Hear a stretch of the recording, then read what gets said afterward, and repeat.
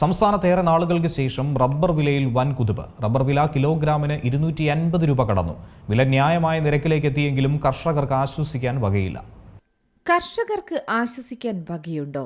എന്തായാലും സംസ്ഥാനത്തേറെ നാളുകൾക്ക് ശേഷം റബ്ബർ വില കിലോഗ്രാമിന് 250 കടന്നിരിക്കുകയാണ്. രാജ്യാന്തര വിലയിലെ വിലവർധനയും ഇറക്കുമതി തടസ്സപ്പെട്ടതും റബ്ബറിന് ശരിക്കും പറഞ്ഞാൽ ഗുണം ചെയ്തു. എന്നാൽ സംസ്ഥാനത്ത് റബ്ബറിന്റെ ഉൽപാദനം തീർത്തും കുറഞ്ഞിരിക്കുകയാണ്.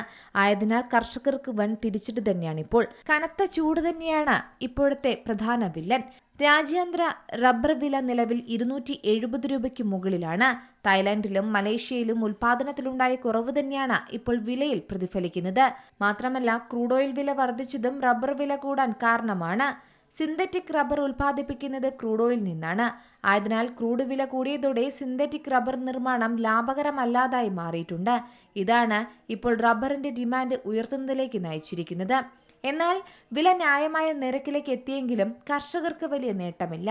ആവശ്യത്തിന് സ്റ്റോക്കില്ലാത്തത് തന്നെയാണ് പ്രധാന കാരണം. വേനലിൽ ടാപ്പിംഗ് കുറയുകയും ചെയ്തിട്ടുണ്ട്. അതുകൊണ്ട് തന്നെ കുറഞ്ഞ തോതിലുള്ള ചരക്ക് മാത്രമായിരുന്നു കർഷകരുടെ പക്കലുണ്ടായിരുന്നത്. നിലവിലെ പ്രതിസന്ധി എങ്ങനെ മറികടക്കുമെന്ന് തന്നെയാണ് കർഷകർ ഇപ്പോൾ ആശങ്കയോടെ ചിന്തിക്കുന്നത്. News desk Zee Malayalam news.